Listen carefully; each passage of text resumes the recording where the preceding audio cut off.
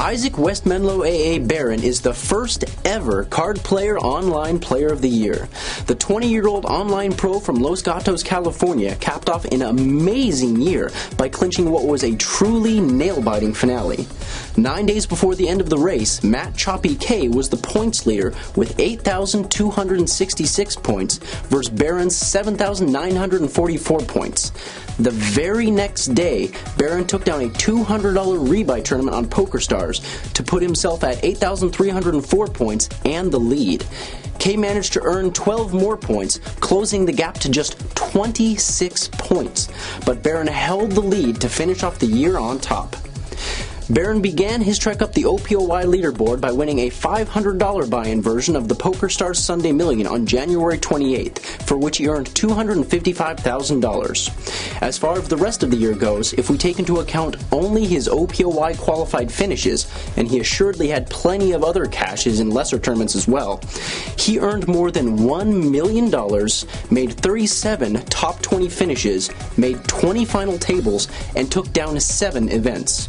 He had 18 cashes worth at least 5 figures. We've got Isaac on the phone right now to talk to us about his incredible year, his fight for the title, and what it means for him to win. We'll also pick his brain a bit about what exactly it takes to win. All right, how you doing, Isaac? Pretty good. How about you? I'm doing really good. Not as good as you, though, probably. Well, so I think some serious congratulations are in order for the OPOY win, obviously. Well done, man. How does it feel? Thanks. It feels pretty good. It's definitely nice to say that I was the online player of the year, at least according to Card Player, and it's definitely feels very good. Well, that's great. I do a lot of interviews with online poker players all the time, and I often ask them who they think the best player out there is, and your name has probably come up more than anyone else's. And that's not just because of your tournament success, that's also because you kill cash games as well, and it's notoriously hard to do both. Why do you think people consider it so hard to master both? I think a lot of it is probably because there's a lot of different skill sets involved in the two different types of poker, and a lot of people that just focus on one type have trouble changing to the other type because they don't have the necessary skill sets to be good in both. So I think that's probably the main reason. Well, so you say different skill sets. Like, can you give some examples of how vastly different they are? Well, yeah, it's just cash games are just much more post-flop and turn and river play, whereas tournaments, for the most part, are just pre-flop and the flop. Like when you get past the very early stages of the tournament, most of your decisions are going to be coming either before the flop or on the flop, whereas in the cash game, a lot of the big decisions are going to be coming on the turn and the river. So just playing with deeper stacks and being able to read hands is one of the major skill sets that like cash game play requires that tournaments don't necessarily require as much. Okay. Well, and how does the fact that you can rebuy in a cash game, how does that factor into the strategy that goes into that as compared to the strategy in tournaments? I think it definitely changes a lot of the play. I mean, it's just you can make the best decision possible and not have to worry about busting out or not being able to play in the tournament, and so it definitely, I think it changes a lot of the way people play in the cash game compared to a tournament. Okay. Well, so how have you gotten so good at both then? Pretty much just putting a lot of effort into both. I've always, some people only like cash games, some people only like tournaments, but for me, I've always enjoyed playing both, and so I've just tried my best to become good at both, and put in a lot of effort and time, and it's paid off. Okay. Well, it might help to know, actually, for people how you got started in the game in the first place.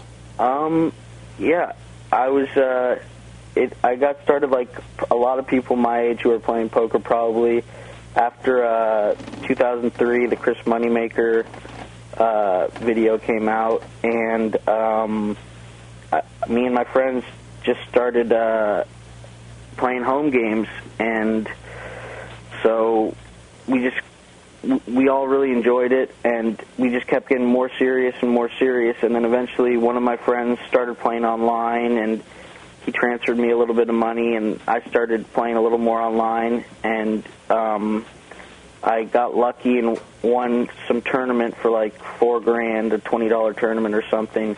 And after that, I just kind of kept going online, and that was that. Well, so were you the best of all of your friends, or did you have to catch up? Yeah, I would say when we first started, there was one of our friends who was like the first to read a book or like do any kind of outside research, and all of us really didn't know what we were doing, and so he was the best. And then once I did a little research and some reading, I definitely had a pretty good knack for it, and I started probably doing the best in our home game for our friends. Okay. Well, you're talking about reading the poker books. What other tools have you used, and what has seemed to be the most effective to you? Well, I definitely like the Harrington on Hold'em. The Harrington on Hold'em books were very helpful to me as far as tournament play goes, and as far as cash game play goes, definitely Card Runners. Watching Taylor Cabby's videos really helped out a lot. I'd say those were probably the most helpful for cash games of anything. Okay. Well, for someone like you, there's really got to be some kind of X factor, like something that you do or something that you have that not many others have or can do. Do you have any idea what that might be? I think probably it's just being able to really stay composed and not really let any outside influences or stuff like that affect how I'm playing, and not really getting emotionally involved in the poker, and just really focusing on the poker play, and not worrying about personal vendettas or bad beats or anything like that, and just kind of staying on an even keel and just trying to play my best poker at all times. I think that's definitely part of it. Well, is it really taxing to stay focused all the time on like just a whole bunch of different tables, or do you have any advice for focusing?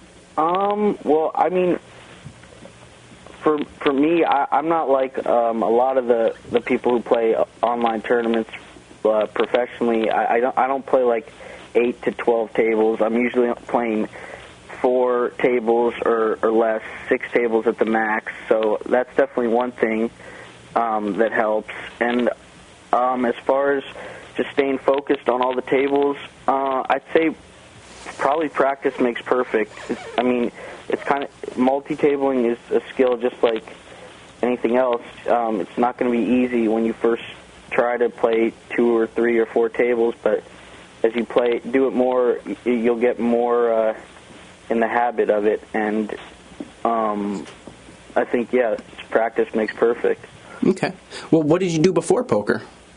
I was pretty much just in school. I was in high school before I really got into poker, and I just played sports, played basketball and football, and so I didn't really have a job or anything before poker. No college? I did go to school, but I was already playing poker when I started school. I went to the University of Oregon for a year, and then to Santa Barbara City College for a year, and then now I'm taking some time off for an indefinite period. I was going to say, it's probably going to be an indefinite period of time. What were you planning on doing with college? I definitely want to finish. I definitely want to get my degree at some point. In what? Journalism is what I was going to major in, actually. I can appreciate that. Yeah. Well, who do you consider your group of friends in the poker world? Well, I mean, I don't know. I have a lot of different friends that I've made in just from traveling around, that I talk to on a decent amount, and then I also have a group of friends who I've known before poker who are still in school, but they play poker somewhat seriously now too. I mean, and those are some of my best friends in poker or outside of poker. So I definitely would consider my friends from home who play poker to be my best poker friends, I guess. Right. Well, go ahead and name drop. Who would we know that you think you're particularly close with and you communicate with a lot about poker? My one friend, What a Cooler, Will Hayden. He won the Full Tilt $2,500 F-Tops just recently for like $440,000. So huge tournament. Doing real well. My friend Wes Menlo, 9-2, Johnny Guzzo, he just got second in the Sunday Million a little while back, and my friend Richie Menlo, Richard Guzzo, Johnny Guzzo's brother, he's been doing real well in tournaments too. Okay. Well, who do you think is the best player out there that you've ever seen? I would probably have to say Genius 28. He's impressed me the most because he seems to just be able to play any, like, sit and goes, cash games, tournaments, whatever he's playing. He's just at the absolute top of the class in any single form of poker. And I mean, for me, I just have a lot of respect for his game. I think he's a really fantastic player. He's probably the best that I've seen, I think, overall. Okay. Well, and speaking of the best players out there, let's get back to the OPOY. You had some really fierce competition for the Online Player of the Year title. What did you think of some of your competitors, especially Sorel Imperium Mitzi and Matt Choppy K, the runner-up? I think Sorel and Matt are both fantastic tournament players. They both put up some amazing results, and I would expect them to put up amazing results this year as well. I think they're both really, really good players. In what respects? Well, Sorel, they have definitely a different style. Sorel's really crazy and aggressive and makes huge bluffs and huge calls and stuff. But he definitely has a way of making it work. I mean, I can't imagine how he plays the way he does. I could never do that. But he has a way of making it work, and he has a unique style that really works for him. And Matt, he plays more similarly to myself, more solid and kind of tight, aggressive, picking our spots. And I definitely have a lot of respect for his game as well. Okay. Well, so you definitely made the end of this Online Player of the Year race incredibly interesting when you won the $200 rebuy event on Stars. What were you thinking when you pulled into the lead? And what were you thinking considering that it was such a small lead when you pulled into it and Choppy could overtake you with pretty much any OPOY qualified finish? Yeah, basically what I was thinking was that I needed to get another score, otherwise I was going to be in trouble, because I definitely didn't think with like a week or a week and a half left in the year that Choppy wasn't going to at least get one score. I mean, because he'd just been putting up such consistent results the whole year. I figured I'd at least have to get to another final table or something like that to seal the deal. But luckily, I mean, I didn't put up any results. But luckily, Choppy, I guess, didn't either, so I got pretty lucky there. Well, I mean, as the days ticked by, was he just getting more and more agonizing, seeing yourself not get a score up and checking to see if he did? Yeah, it was definitely nerve-wracking. Every day I would check, and I mean, I kept on expecting to see his name ahead of mine, but it just never happened, and it worked out. Well, what was your proudest accomplishment for this year? I don't know. I mean, winning the Opoi is probably definitely up there. I think that's probably it, winning the Player of the Year, because it's kind of like, it's kind of a culmination of sorts of all the. I mean, winning. It's not just winning one tournament. It's like the whole year, and I mean, it definitely feels good. Absolutely. Well, what does it take to consistently win tournaments as you do? It definitely takes a lot of luck. I won't lie about that. I ran very, very well this year. It takes a lot of luck, but also, I mean, just really not focusing on the money or trying to move up in spots, but really just playing to win. I mean, the whole time, just really just focusing on the victory and staying composed the whole tournament, and yeah. Well, when do you turn 21? July 10th of this year. That's so close. Well, yeah. Where can we expect to see you once that barrier has been lifted? You'll definitely probably see me not playing online as much and playing a lot more of the live tourneys, the WPTs, and I'm going to be playing. I'm just going to sneak into the WSOP main event, so that'll be my first tournament when I'm 21. So that'll be pretty cool. And it's a good kickoff. Yeah. So yeah, you can probably expect to see me in a lot of the live tourneys around the states.